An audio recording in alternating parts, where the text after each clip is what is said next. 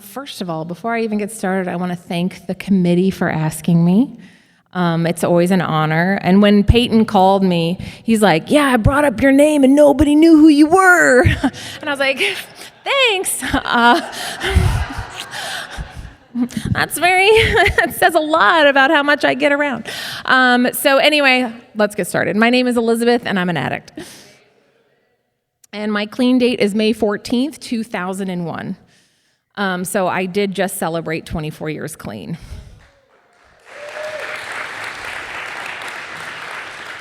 And I have been a member of Narcotics Anonymous and worked Narcotics Anonymous steps this entire time. I will just give you guys a background of my story. I grew up in Miami, Florida. Si puede hablar español también. Pero no es muy bueno. ¿Cómo se dice? No, I'm just kidding. I'm not going to do it anymore because you all are not following. So I grew up in Miami, Florida, and that is a story in itself. I was in middle school and could get drugs. And I don't know if a lot of people have that experience, but that was my experience. I felt like an outsider. I'm one of 7 children. I grew up with only 5 of them, but I'm one of 7 children. And so the first thing that I craved was attention. There was not enough attention between my 2 parents to give me what I felt like I needed. And I feel like sometimes what I needed was the bare minimum. But that was really hard to expect from 2 parents that were working full-time and trying to give as much as they could to 7 kids. So I grew up, I had some trauma and some physical abuse, sexual abuse, emotional abuse. I just felt kind of like an outsider. I had gone from a public school to a private school when we had money, and then we wouldn't have money, so I'd have to go back to public school, and then it was, we got some money again, you're gonna go to private school, and then back to public school. So I ended up in middle school, public middle school, not really knowing anybody. And I found 2 other people that were just kind of like loners too. And we became, the 3 of us just ran together.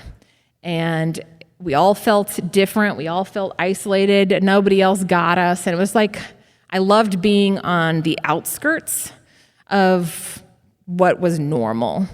I dressed different, I acted different, I listened to better music than I wrote poetry. And so I was just like, I didn't want to conform.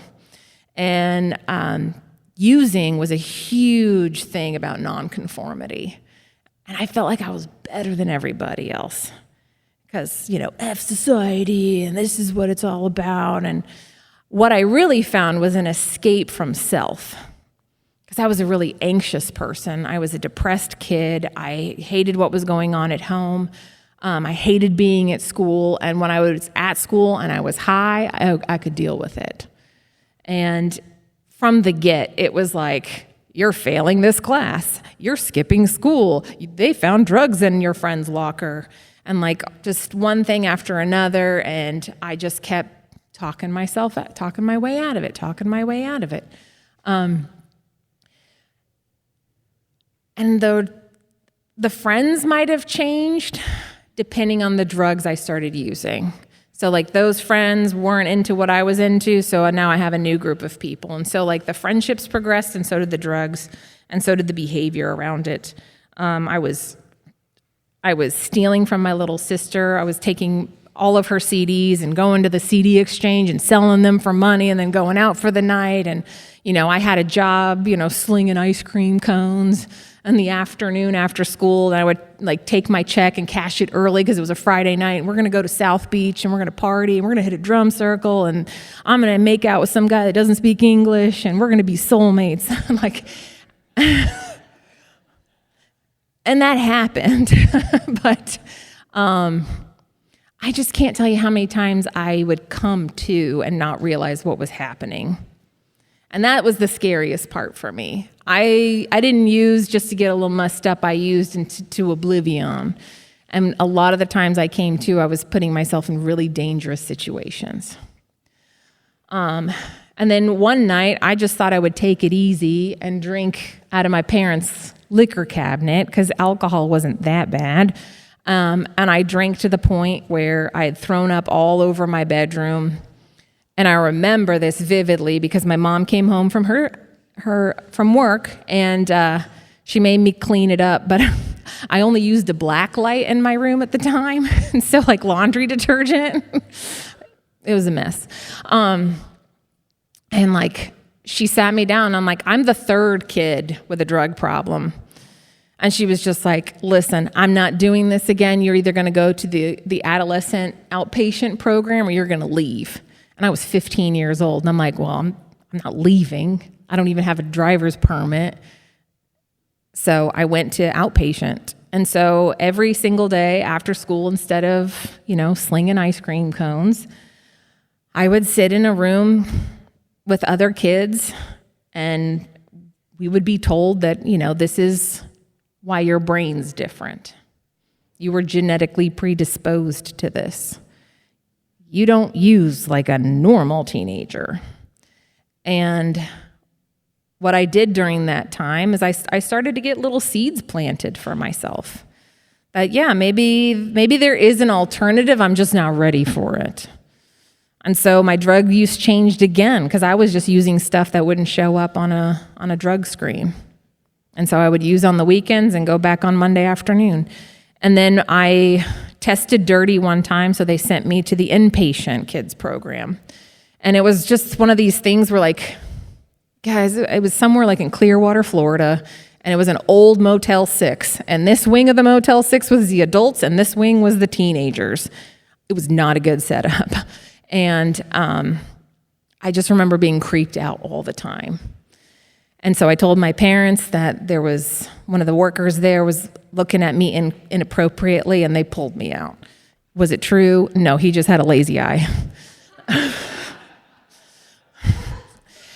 And so I came home, and I'm going to do it differently this time, and I'm going to prove to you. And what I decided to do is my older brother at this time and my older sister, but my older brother at this time had gotten, I guess this would have been, he had 3 years clean at the time. So every single Sunday morning, he would come over because he had an apartment. He would come over, wake me up and say, listen, if you come to the 9:30 NA meeting with me, I'll get you a large cup of coffee and a bagel. I'm like, okay. So every single Sunday morning, I would show up to the Sunday meeting with a large cup of Einstein coffee and a bagel with cream cheese. And I was like, this is great.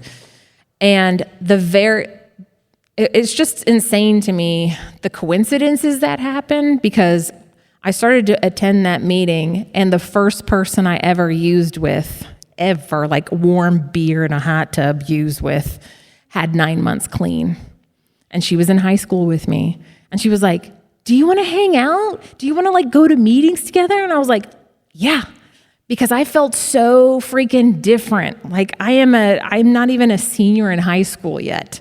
And I'm having to go to these meetings, and like finally I'm finding like little bits of community.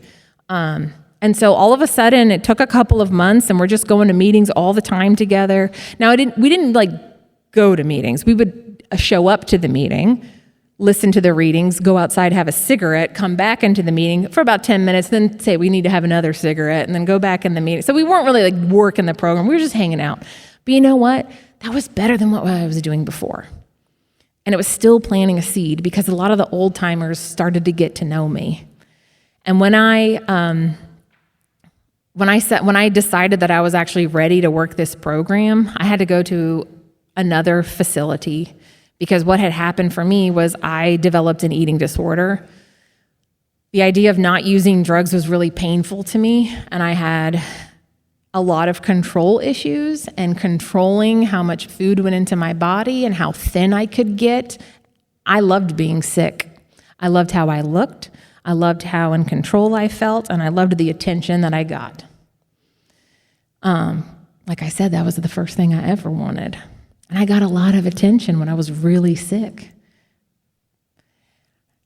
And I was hospitalized twice for dehydration.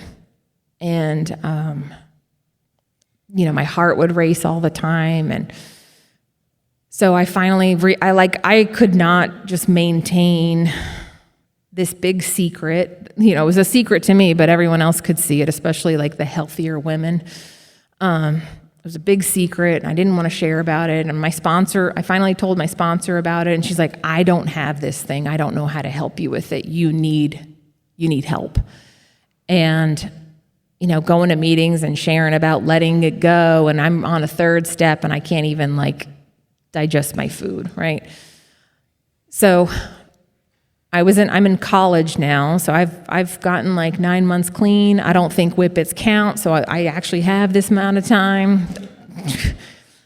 Truth is, I didn't, but it was better than what I was doing, man. It was better than what I was doing, because I was just really half in. I was just half in, and I was getting half in results, But at least I didn't want to kill myself every single day. At least there was a place that I can come and I could drop some stuff off and feel better when I left. But man, the magic happens when I fully surrendered. And my surrendered looked like I picked up one time in college and I couldn't stay clean. As soon as it hit my brain, I could not stop using. I would go to my sponsor's house first thing in the morning. I would try to sit with her. I promise I'm going to make it to 7:30. I'm going to go to the meeting. I'm going to pick up that white key tag. And by 2 o'clock in the afternoon, I was high again. Because it wasn't like, I wanted it. I wanted it so bad. But I just wasn't ready. And so I put myself in the adult program in Miami, and it no longer exists. But man, that program changed my life. And it was the first time I wasn't so-and-so's little sister. I was just Elizabeth. And this was about me. And I finally got honest about some of the abuse that had happened to me as a kid. I got honest about the eating disorder, and they really supported me with a lot of tools. I can't tell you, a lot of the times it wasn't about, I want to use. It was like, I need to sit here for 30 minutes so I don't go to the bathroom and throw up. That was what it was like for me in rehab. Because I was the a-hole in rehab that was like, I've been clean before, I know how to do that. It's this eating disorder, that's the problem. Little did I know that it's all connected. I can't act out in a behavior that is harming myself and say that my disease is arrested for me. If I am acting out in one area of my life, my disease it's my disease. So I had to put all of the things down. And that was the safest place for me to do it. And so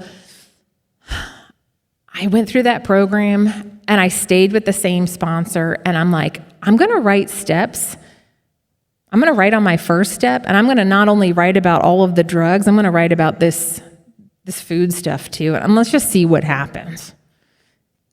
And let me tell you, man, realizing how powerless I was just such an eye-opener. Because I got to look back on my experience of once it's in my system, I have lost control. That thing's now in control of me.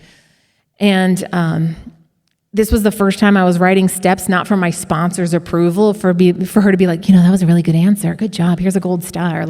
That's what I really thought I needed to do. I wasn't even answering honestly. I was answering to impress her because I wanted to be the favorite.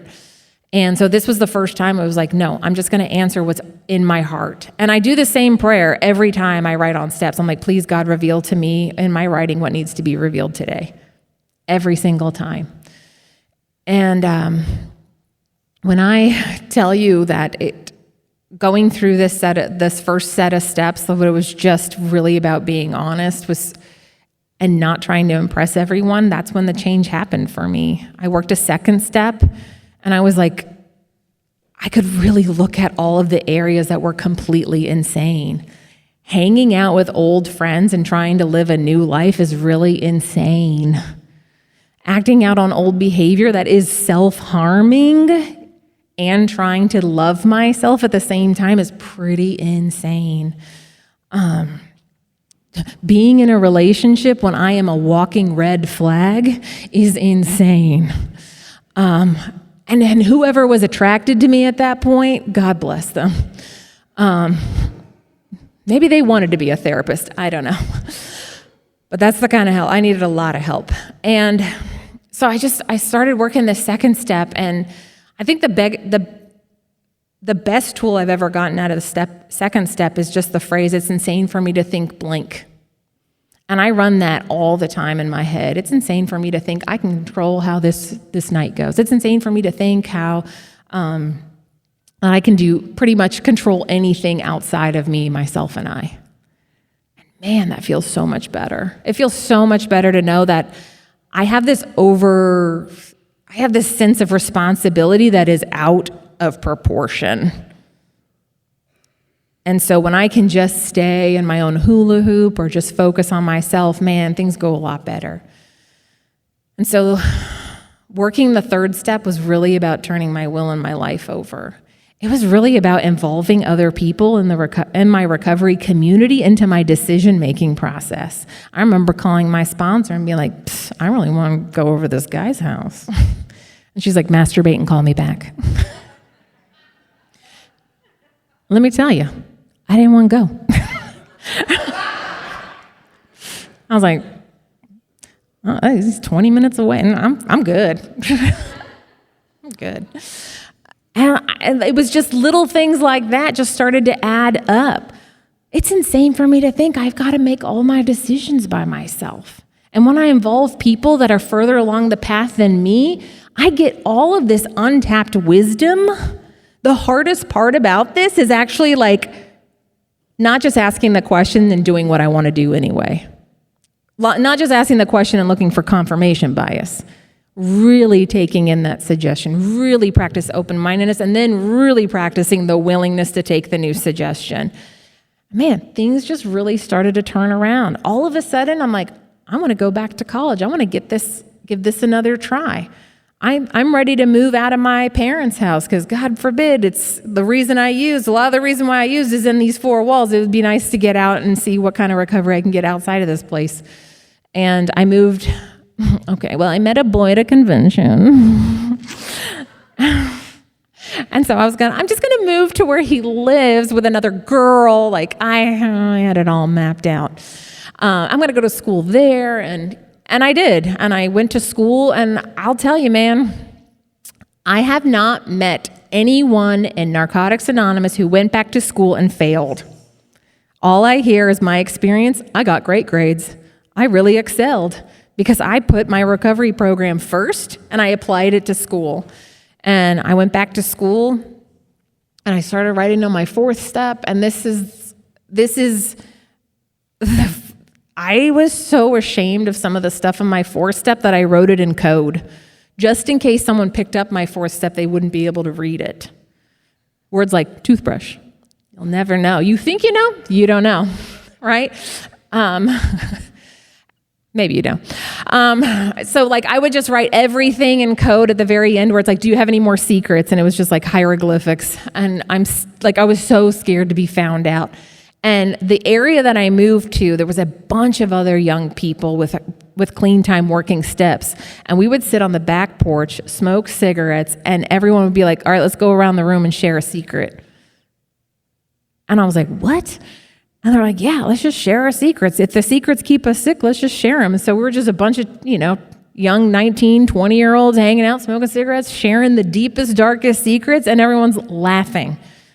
And I was like, man, I have walked around for the last 20 years ashamed.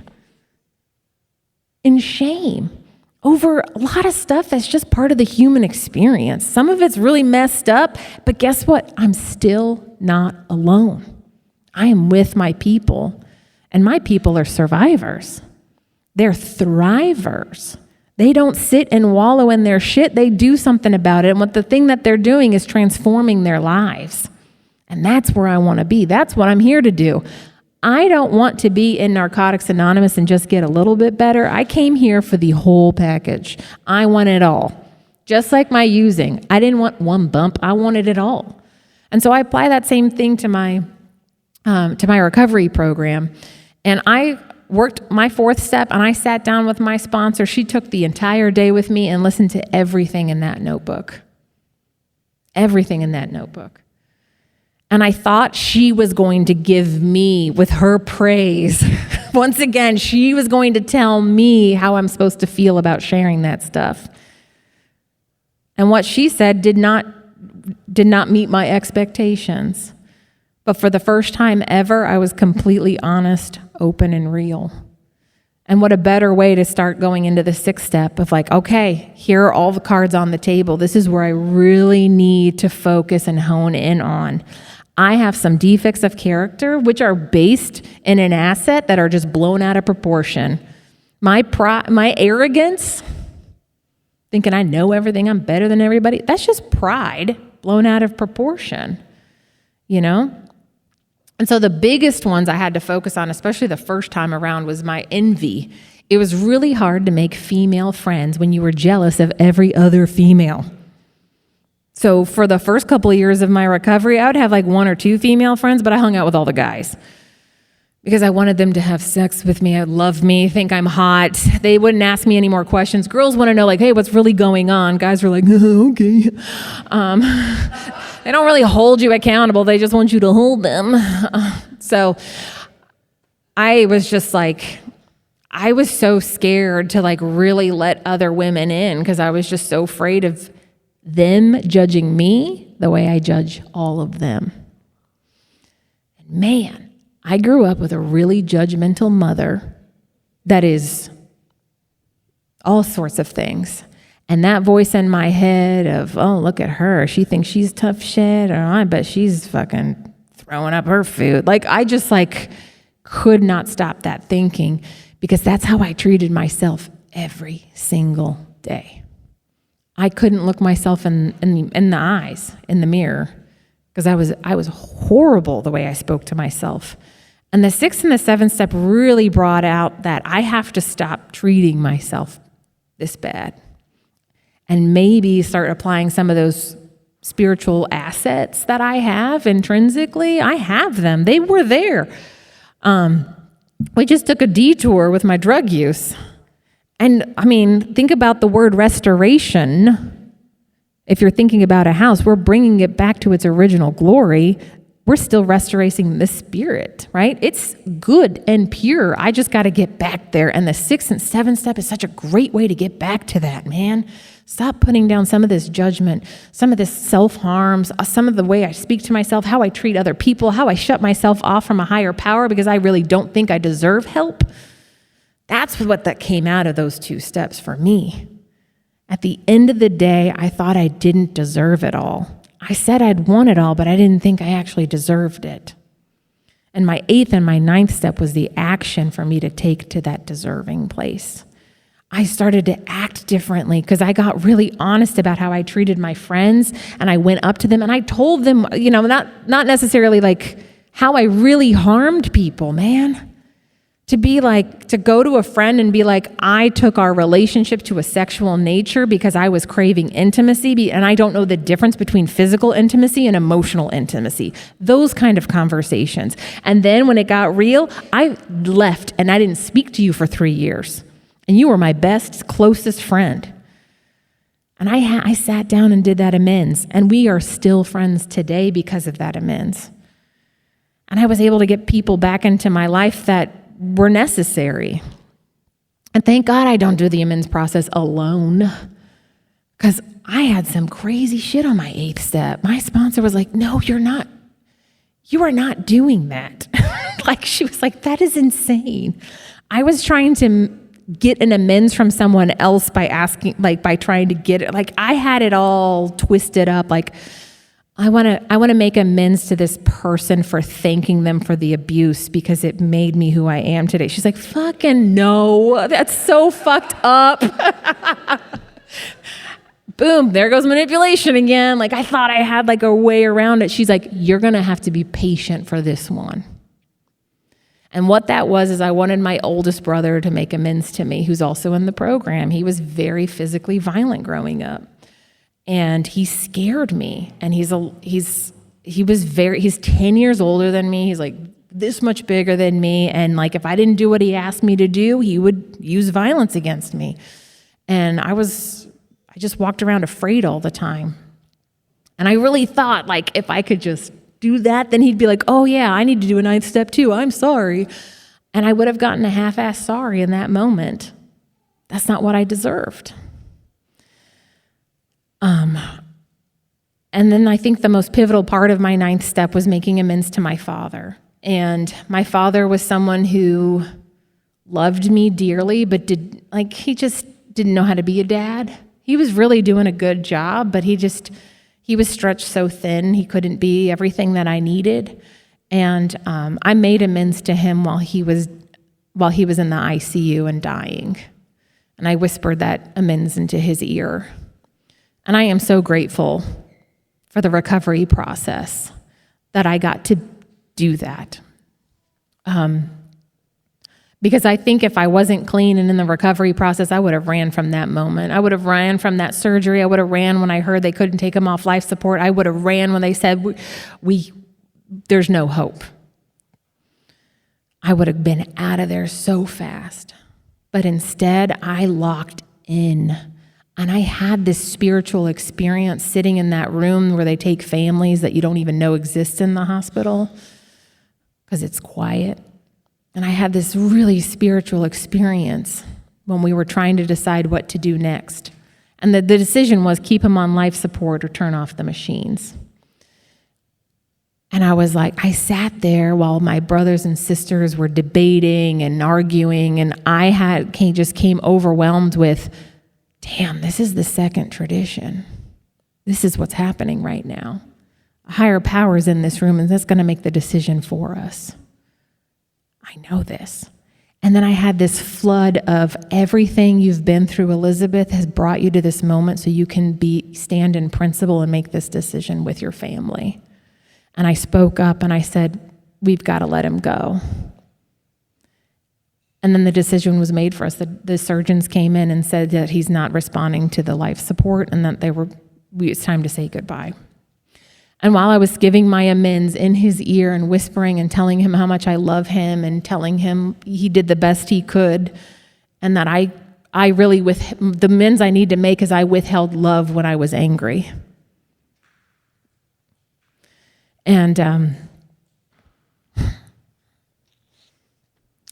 there was a song playing on the radio, and the song was She Will Be Loved by Maroon 5.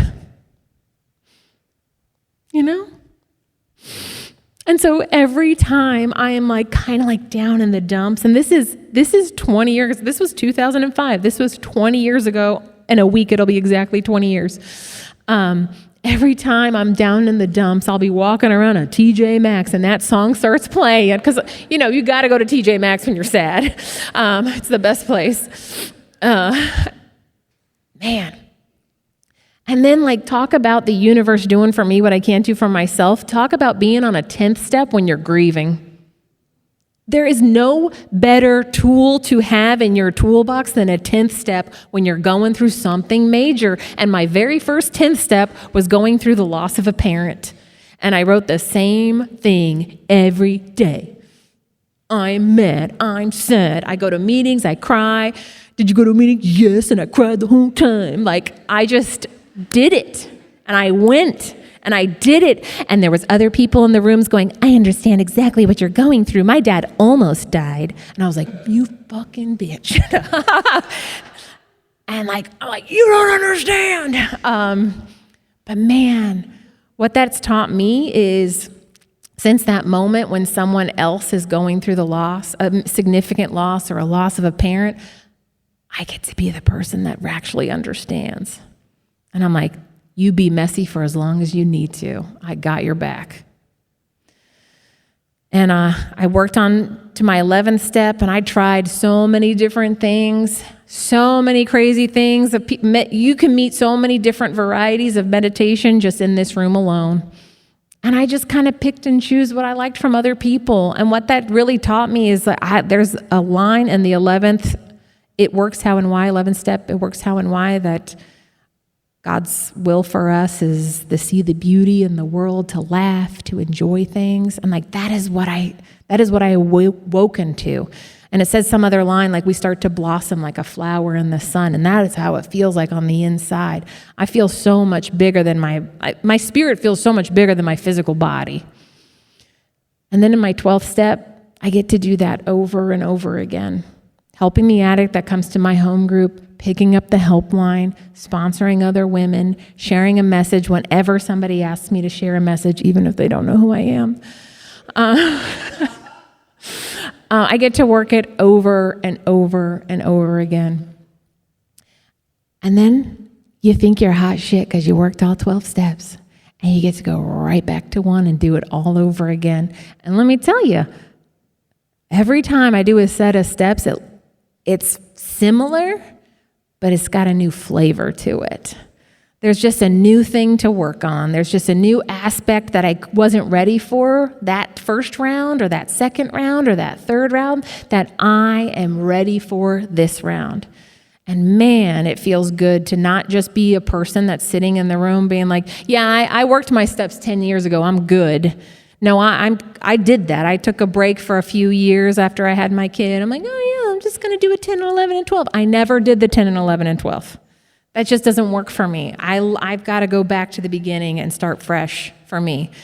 And it's not as intense and it's not as deep, but man, just keeping on that cadence of I got to take care of myself so I can fill up my cup and my cup runneth over and I can help other people. And that is just how this program has worked for me. And I thank you all so much for letting me share tonight. Thank you.